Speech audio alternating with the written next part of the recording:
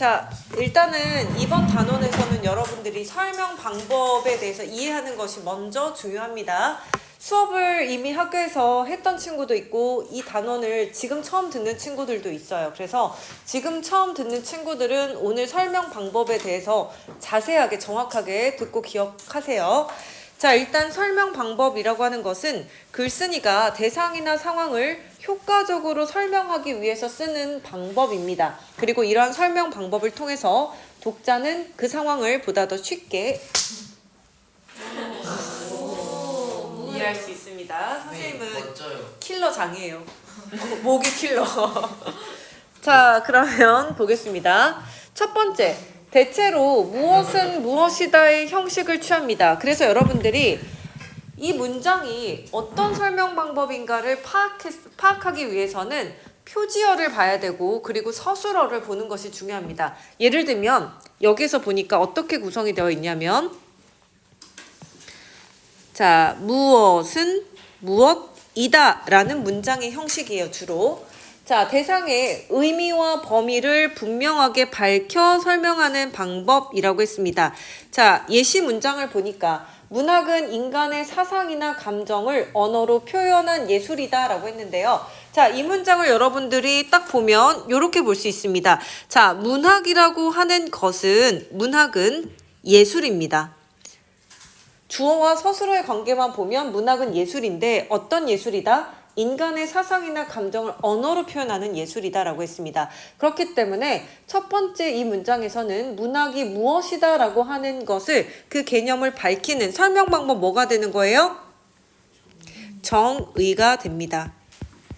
자, 그래서 여러분들이 아마 정의를 찾는 것은 그렇게 어렵지 않을 겁니다. 그래서 그 의미가 무엇인지를 밝히는 방법을 정의라고 합니다. 두 번째, 구체적인 예를 들어 설명하는 방법입니다. 그래서 이 설명 방법의 경우에는 어떠한 대상에 대해서 설명을 할 때 독자의 이해를 보다 더 쉽게 돕기 위해서 쓰는 설명의 방법이고요.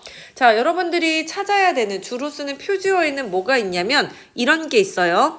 한식에는 쉼표들이 막 나열이 돼요. 불고기, 비빔밥, 김치, 파전, 그리고 여기서 보면은 등이 있다라고 하는 부분이 아, 이게 예시구나 라는 것을 알려주는 표지어다라고 할 수 있겠습니다. 자, 그래서 예시는 구체적인 예를 들어서 여기서 효과를 보니까 대상을 구체적으로 세밀한 부분까지 제시할 수 있고 독자의 이해를 보다 더 쉽게 도와준다라고 할 수 있겠습니다. 자, 우리 앞에 앉아있는 권지우 씨 패딩 벗고 자, 좀 집중해서 수업에 참여해 주세요. 아닙니다. 눈이 풀려 있어요. 자, 세 번째, 비교와 대조입니다. 자, 일단 둘 이상의 대상을 견주어서라고 했습니다. 견준다라고 하는 것은 이것과 이것을 서로 비교해 보면서 라는 뜻입니다. 공통점이나 비슷한 점을 중심으로 설명하는 방법. 자, 그래서 여기서 비교라고 하는 것은 바로 공통점을 이야기하는 겁니다. 예시를 보니까 무엇과 무엇은 무엇이다 라고 했습니다. 그래서 여기에서 무엇과 무엇은 무엇이다. 즉 여기에 숨어있는 표현으로 희곡과 소설은 갈등을 중심으로 전개되는 문학작품이라는 공통점이 있다라는 것이 숨어있는 표현이다라고 볼 수 있는 거죠.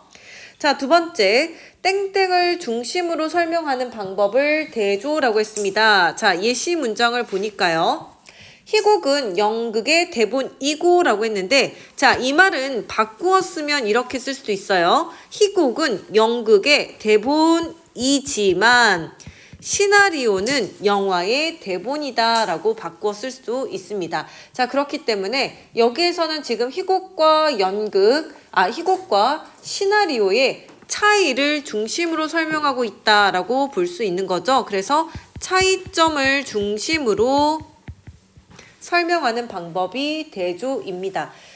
물론 우리 교과서에서는 비교와 대조를 묶어서 보고 있지만은 여러분들은 비교와 대조의 차이점을 알고 있어야 합니다. 비교는 공통점, 대조는 차이점입니다. 자, 그래서 비교와 대조의 효과는 두 대상을 견주어서 대상의 특징을 파악하는데 서로 어떠한 점이 같고 어떠한 점이 다른지에 대한 특징을 파악하는 데 도움을 주는 방식이다 라고 할 수 있죠. 자, 이번에는 분류와 구분을 보겠습니다. 비슷한 특성을 지닌 대상들을, 자, 여기에서 중요한 부분에 밑줄이 그어져 있습니다. 자, 여기에서 뭐라고 했냐면 일정한 기준에 따라서 묶거나 나누어서 설명한다라고 했는데, 여기서 더 중요한 건 뭐냐면요, 대상들을 이라고 했습니다. 자, 대상들이라는 거는 하나의 대상이 아니라 여러 대상을 얘기하는 거예요. 그래서 여러 대상들을 기준을 정해두고 그 기준에 따라서 묶는 것을 뭐라고 한다? 묶는 것, 분류라고 하고, 나누는 것을 구분이라고 한다. 자, 작은 항목을 큰 항목으로, 자, 여기서 보니까 묶어서 설명하는 것을 분류라고 합니다. 자, 명사, 대명사, 수사는 체언으로 한번 묶었고요. 동사, 형용사, 용언으로 묶었고요. 관형사, 부사, 수식어으로 묶었습니다. 그래서 여러 가지의 항목들을 기준에 따라서, 예를 들면 명사, 대명사, 수사는 어떤 기준에 따라서 묶은 거예요? 체언은 어떤 역할을 합니까? 문장에서? 그렇죠. 주어, 목적어, 보호의 역할을 한다는 공통점을 가지고 있다라는 거예요. 그래서 이러한 공통점을 가지고 있는 그 기준에 따라 봤을 때 체언으로 묶일 수 있다라는 거고, 동사, 형용사는 용언으로 묶였습니다. 어떤 점에서? 얘네는 둘 다 어떤 기능이 있어요? 서술하는 기능이 있습니다. 관형사, 부사는 어떤 기능이 있습니까? 수식하는 기능이 있습니다. 그러면 여기서 얘기하는 일정한 기준은 뭐가 되는 거예요? 바로 문장에서 어떤 기능을 하느냐에 따라서 그 기능을 기준점으로 삼아서 지금 묶었습니다. 자, 그러면 큰 항목을 작은 항목으로 다시 나누어서 설명하는 것을 구분이라고 합니다. 자, 예를 들어 국어의 단어는 기능에 따라, 자, 기능이라는 기준에 따라서 체언, 용언, 수식언, 관계언, 독립언으로 나눌 수 있다라고 했습니다. 자, 그러면 여기에서 국어의 단어라고 하는 것은 뭐냐면, 뭐라고요? 자, 집중. 국어의 단어라는 것은 여기서 얘기하는 큰 항목, 즉 상위 항목이 되는 거고요. 자, 그 다음에 체언, 용언, 수식언, 관계언, 독립언은 바로 작은 항목, 하위 항목이 된다라고 볼 수 있습니다. 그래서 정리해보면 하위 항목을 큰 항목인 상위 항목으로 묶는 것을 분류라고 하고요. 반대로 상위 항목에 따라서 하위 항목으로 나누는 것을 바로 구분이라고 합니다. 차이점 알겠죠? 자, 분석 보겠습니다. 하나의 대상을 이루고 있는 구성 요소를 개별적인 부분이나, 자, 여기서 중요한 포인트 밑줄 하나 그어볼게요. 자, 분석은 분류와 구분, 여러분들 헷갈리시면 안 됩니다. 분류와 구분은 여러 대상을 묶거나 나누는 거라면, 분석이라고 하는 것은 단 하나의 대상을, 그 대상이 무엇으로 이루어져 있는지 구성 요소를 개별적인 부분이나 성질로 나누어서 체계적으로 설명하는 방법이라고 했습니다. 자, 예를 들어 보면은 곤충의 몸이라고 하는 하나의 대상입니다. 이 하나의 대상이 표지어는 뭐냐면요, 이루어져 있다라고 하면 얘는 분석이구나. 이루어져 있다 또는 구성되어 있다 라고 하면 분석이구나 라고 여러분들이 눈치를 채야 한다라는 거죠. 자, 마지막 보겠습니다. 어떤 결과를 가족의 한 원인을 분석하거나 원인에 의해 결과적으로 초래된 현상을 분석하여 설명하는 방법. 자, 결과와 원인이라고 하는 것을 한 글자씩을 딴 설명 방법입니다. 무엇일까요? 네, 인과입니다. 원인과 결과입니다. 이곳에서 교통사고가 많이 일어나는 것은 교통신호체계에 문제가 있기 때문이다가 바로 표지어입니다. 자, 그래서 때문이다 라고 했을 때는 원인과 결과를 드러내는 서술의 방식이구나 라고 여러분들이 눈치를 채야 합니다. 자, 그러면 우리 여기까지 설명의 방법 찾아봤고 살펴봤습니다. 혹시 이해가 안 됐던 부분 있을까? 자, 이 부분은 학교 프린트에 여러분들 추가적으로 준 설명 방법과 관련된 예시도 있었지만, 석천중학교뿐만 아니라 이 단원을 배우고 있는 모든 학교의 프린트에서 나왔던 문장들을 선생님이 모아서 테스트를 볼 거예요. 그래서 다음 시간에는 그 내용들로 설명 방법을 정확하게 이해하고 있는지 테스트로 먼저 시작을 하겠습니다. 자, 이렇게 설명 방법을 파악하면서 글을 읽는 방법은 설명 방법의 파악을 통해서 그 중심으로 글의 내용 전개 방식이나 구조를 파악하고 체계적으로 이해할 수 있다. 즉 설명 방법을 파악하며 읽기의 효과는 내용을 파악하는 데 도움이 되고 그 설명 대상의 특성을 명확하게 파악할 수 있고 전개 방식이나 구조를 체계적으로 이해할 수 있다라고 볼 수 있겠습니다. 여기까지 정리됐죠? 자, 그러면 이제 본격적으로 본문을 살펴보도록 하겠습니다. 자, 정전기가 겨울로 간 까닭은이라고 하는 이 첫 번째 설명문에서는 제재가 바로 제목에서 드러나 있는 것처럼 정전기입니다. 자, 그리고 주제를 살펴봤더니 주제는 정전기의 특성과 예방법입니다. 정전기라고 하는 것은 어떠한 특성이 있는지를 다양한 설명 방법을 통해서 설명을 하고요. 이러한 정전기라고 하는 것을 우리가 일상생활 속에서 어떠한 방식으로 예방할지에 대해서 설명하는 내용이었습니다. 자, 우리 서준이도 패딩을 한번 벗고 집중을 해볼까요? 자, 첫 번째 특징 보겠습니다. 첫 번째 특징은 정전기의 개념을 먼저 설명을 했습니다. 정의라는 설명 방법으로 정전기의 의미를 설명했고요. 자, 두 번째는 전기와 정전기의 차이점을 비교와 대조라고 하는 설명 방식을 통해서 정전기와 전기가 비슷한 점은 있지만 정전기는 왜 전기만큼 위험하지는 않은지를 설명을 했습니다.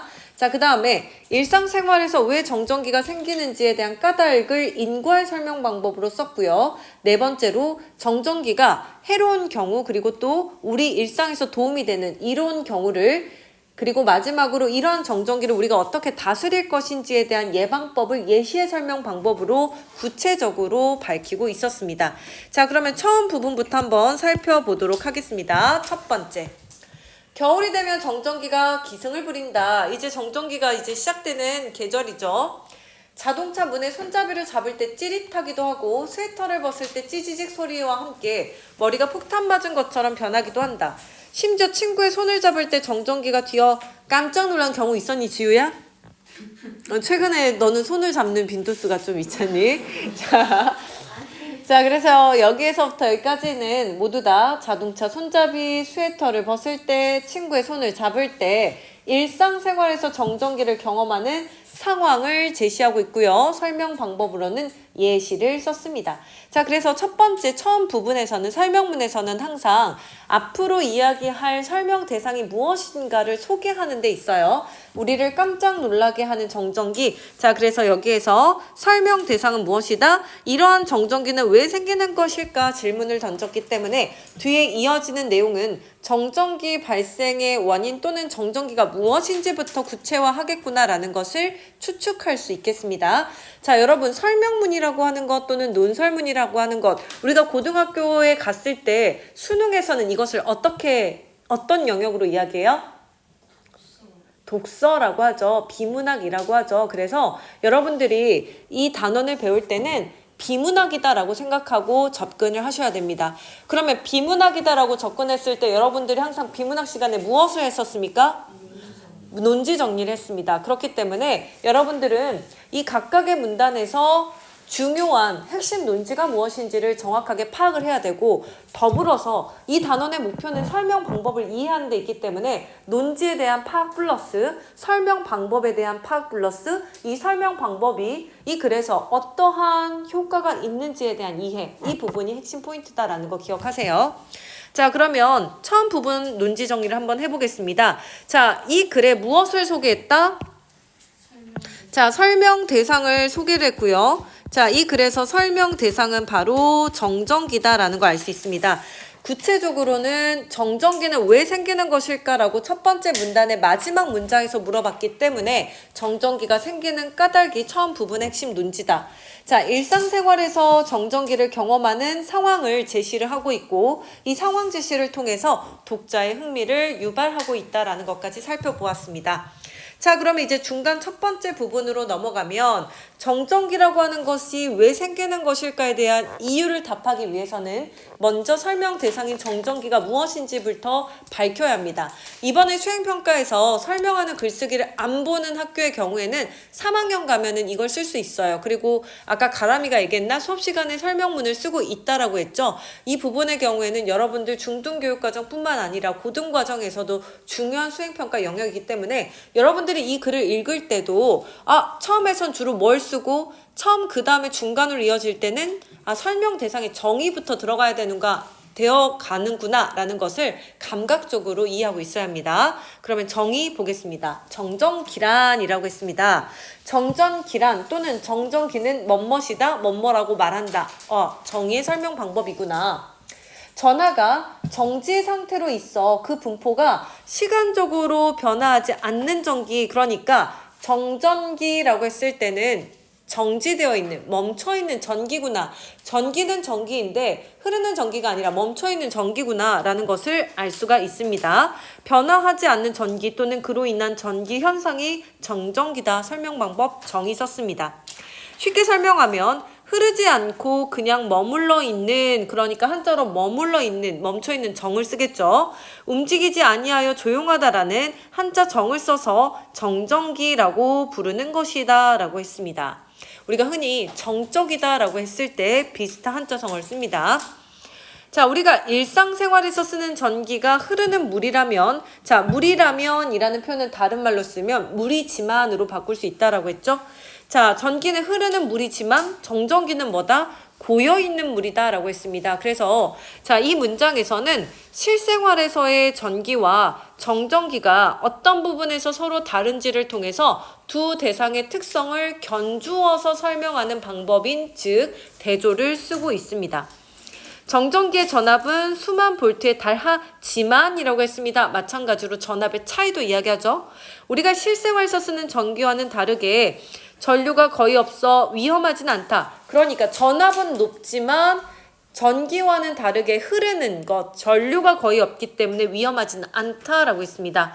어마어마하게 높은 곳에 고여있는 물이지만 떨어지는 것은 한두 방울뿐이라 별 피해가 없다고나 할까라고 빗대어서 표현을 했네요. 정리해보니까 정전기라고 하는 것은 흐르지 않는 전기를 얘기하는 거고, 실생활에서의 전기와의 차이점을 설명해 보자면 실생활의 전기는 흐르는 전기입니다. 흐르는, 전류가 흐르는 거예요. 그렇지만 정전기라고 하는 것은 전압 자체는 높아도 그 전압이 흐르는 상태가 아니기 때문에 큰 피해가 없다. 전류라고 하는 거, 흐르는 전기가 거의 없기 때문에 위험하지는 않다라고 두 번째 핵심 포인트에서 정리했습니다. 자, 그래서 전하가 정지 상태로 있어 그 분포가 시간적으로 변화하지 않는 전기 또는 그로 인한 전기 현상이다라고 정의를 내렸고요.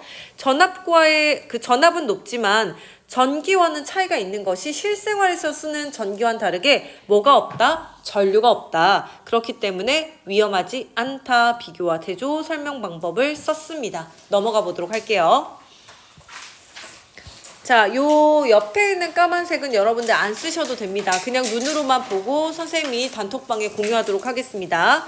자, 그러면 중간 두 번째 부분에서는 우리가 이제 정전기가 뭔지에 대한 개념을 정리했고 전기와의 차이점을 설명을 했다면, 이번에는 이러한 정전기라고 하는 것은 왜 발생하는지에 대한 까닭, 그리고 이 까닭을 설명하는 과정에서 쓰는 또 다른 설명 방법을 같이 이해하셔야 되겠습니다. 정전기가 생기는 것은 마찰 때문이다. 때문이다 라는 표지어가 있기 때문에 이거는 무슨 설명 방법이다? 인과구나 라는 거 알 수 있습니다. 물질의 기본적인 구성단위인 원자는 이라고 했어요. 자, 그래서 물질의 가장 기본 구성 단위가 바로 원자인데, 이 원자라고 하는 것은 어떻게 이루어져 있다? 여기서 보니까 원자는 원자, 핵과 전자로 이루어져 있다. 하나의 대상이 어떠한 구성 요소로 이루어져 있는가를 밝히고 있기 때문에 설명 방법 뭐다? 분류나 구분이 아니라 명진아 뭐다? 자, 현실 세계로 돌아오세요. 뭐다? 분석이다. 원자가 어떻게 구성되어 있는지, 자, 그 요소, 구성 요소를 밝히고 있기 때문에 분석입니다. 앞으로 오세요. 자, 전자는 작고 가벼워서 마찰을 통해 다른 물체로 쉽게 이동하기도 한다라고 했습니다. 그러면 전자라고 하는 것은, 자, 여기서 왜 쉽게 이동할 수 있을까? 원인 밝힌 내용이 있었습니다. 바로 이 전자가 가지고 있는 특징이 작고 가벼운 특징을 갖고 있기 때문이라는 거죠. 생활하면서 주변의 물체와 접촉하면 마찰이 일어나기 마련인데, 정전기라고 하는 것은 결국 무엇의 이동 때문이다? 원자를 이루고 있는 요소 중에 하나인 전자의 이동 때문이구나 라는 것을 알 수 있습니다.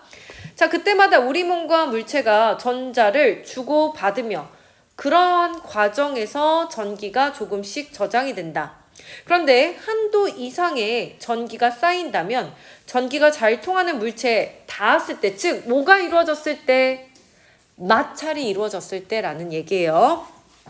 그러니까 결국 정전기라고 하는 것은 그냥 자연스럽게 생기는 것이 아니라 무엇 때문입니까?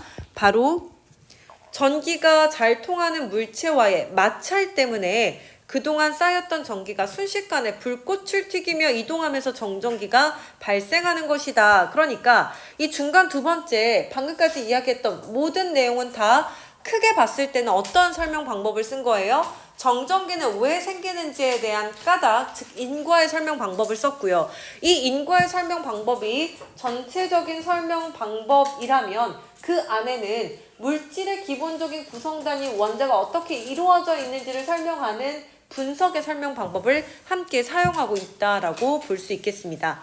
자, 그래서 여기에서 보니까 이해를 돕기 위해서 원자의 구조에 대한 시각적 이미지를 줬고요. 그리고 또 합성 섬유로 만든 인형과 고무풍선을 마찰했을 때 전자가 이동하는 모습을 이미지로 보여주고 있는데, 요거는 그 아래 설명을 통해서 자세히 확인해 볼게요. 다 하나. 자, 보겠습니다. 그런데 정전기로 고생하는 정도는 사람마다 다르다라고 했습니다. 자, 우리 주변에는 정전기로 유별나게 고생하는 사람이 꼭 있다. 다른 사람이 만졌을 때는 괜찮았는데 이들이 만지면 어김없이 튀는 정전기. 왜 정전기로 고생하는 정도가 사람마다 다른 것일까? 자, 우리가 첫 번째 처음 부분에서 질문이 뭐였지? 가람아?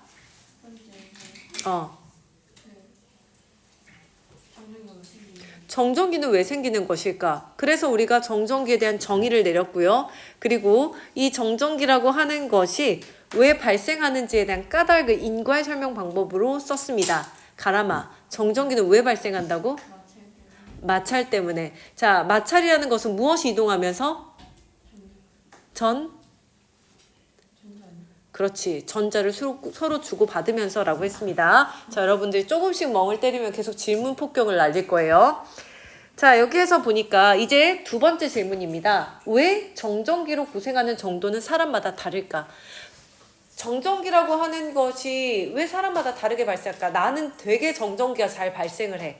나는 왜 그럴까, 얘들아? 왜 정전기가 잘 발생할까? 그렇지. 자, 여기서 보니까 우선 정전기는 건조할 때 잘 생긴다. 즉, 정전기가 발생하는 데 영향을 주는 첫 번째 요소는 습도입니다. 습도와 관련이 있습니다. 습도가 높으면 공기 중에 수분이 전하가 흘러갈 수 있는 도체 역할을 하여 정전기는 수시로 방전된다라고 했습니다. 습도라고 하는 것, 즉 수분이라고 하는 것은 어떤 역할을 한다? 전하가 흘러갈 수 있는 도체의 역할을 하기 때문에 그냥 정전기는 빠져나간다는 거예요. 방전이 된다라는 겁니다. 고여있지 않게 된다라는 거죠. 자, 따라서 습도가 높으면 정전기도 잘 생기지 않는다. 여름보다 겨울에 정전기가 기승을 부린 까닭은 바로 여름보다 겨울이 훨씬 더 건조하기 때문이라는 거죠. 마찬가지로 땀을 많이 흘리는 사람보다는 적게 흘리는 사람에게, 지성 피부를 지닌 사람보다는 건성 피부를 지닌 사람에게 정전기가 많이 생기는 것도 같은 까닭에서이다. 즉, 피부의 습도가 낮기 때문에 선생님처럼 건성 피부인 사람들은 빠지직을 자주 경험하게 된다는 거죠. 정전기는 주로 물체의 표면에 존재하기 때문에 그 사람의 피부 상태에 따라 정전기의 발생 정도는 달라진다라고 했습니다. 자, 그래서 여기에서도 전체적인 설명의 방법은 사람마다 왜 다를까에 대한 질문을 했고, 그 첫 번째 이유는 바로 수분의 차이 때문이야, 습도 때문이야, 건조하니까 잘 생기는 거야 라는 결과를 이야기했기 때문에 전체적으로는 인과의 설명 방법을 쓰고 있다라는 것을 확인해 볼 수 있었습니다. 자, 둘째로 라고 했기 때문에 이제 정전기가 왜 사람마다 다른 것인지에 대한 두 번째 이유를 밝히고 있습니다. 정전기는 전자를 쉽게 주고받을 수 있는 마찰에 의해 잘 생긴다. 아까 정전기라고 하는 것이 발생하는 이유가 바로 전자를 주고받을 수 있는 마찰 때문이라고 이야기를 했었습니다. 자, 여기에서 보니까 두 번째 바로 마찰하는 물체의 성질 때문이다라는 거 확인할 수 있죠. 자, 마찰이 일어났을 때 전자를 쉽게 잃어버리는 물체가 있고 전자를 쉽게 얻는 물체가 있다라고 했습니다. 예를 들면 털가죽 종류는 전자를 쉽게 잃는 때요. 전자를 그냥 방출해버리는 거예요. 그런데 플라스틱 종류는 전자를 얻는다라고 합니다. 자, 그렇기 때문에 전자를 쉽게 잃는 물체와 얻는 물체에는 무엇이 있는지를 구체적인 예시를 들어서 우리가 좀 더 쉽게 이해할 수 있도록 돕는 설명의 방법을 쓰고 있습니다. 전자를 쉽게 잃는 물체부터 얻는 물체까지를 순서대로 나열한 것을 대전열이라고 합니다. 그래서 이 대전열을 통해서 어떠한 것들이 쉽게 잃고 어떠한 것들은 쉽게 얻는지에 대한 물체를 살펴보았더니 털가죽, 유리, 명주, 나무, 고무, 플라스틱, 에보나이트 순으로 털가죽이 가장 전자를 쉽게 잃는 물체야. 그러면 지우야, 털가죽 옷을 입으면은 정전기가 잘 일어날까 안 일어날까?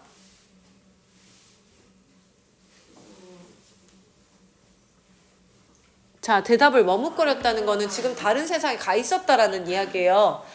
자, 털가죽은 전자를 쉽게 잃는 물체라고 했습니다. 정전기 일어나요, 안 일어나요? 자, 일어나요. 확실해요? 아니요. 왜 안 확실해요? 확실하지. 자, 털가죽을 입으면 전자를 쉽게 잃는 물체라고 했기 때문에 정전기 발생 위험이 낮습니다. 그런데 나는 털가죽 옷이라고 샀어. 그런데 정전기가 막 일어나. 그거 왜 그럴까요? 에버나이트가 있었나요? 합성섬유였기 때문입니다.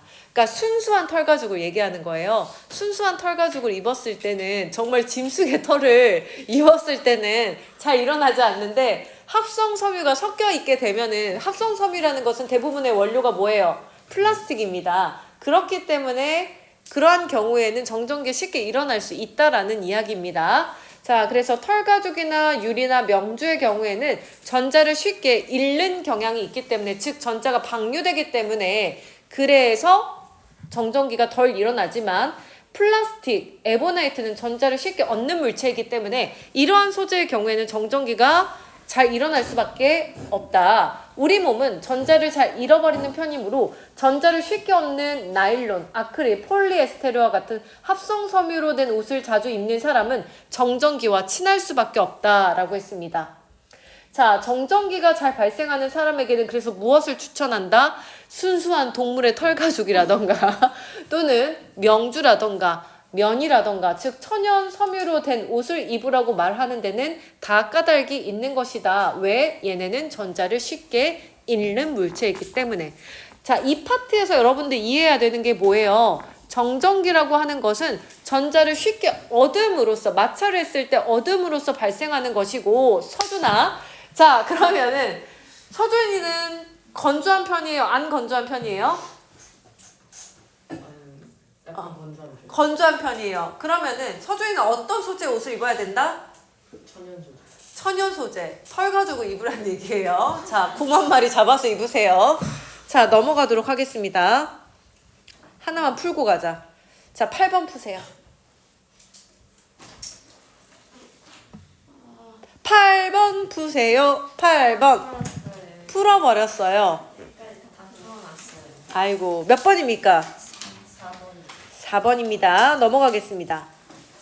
자, 핵심 포인트 세 번째는 정전기가 생기는 까닭입니다. 정전기는 마찰 때문에 생기고 습도와 마찰하는 물질의 성질에 따라 정전기가 발생하는 정도가 달라진다. 설명의 방법 인과를 썼습니다. 자, 정전기가 잘 발생하는 이유는 습도가 낮을 때고 전자를 쉽게 얻는 물체와 마찰하는 경우에 정전기는 잘 발생한다 라고 했습니다.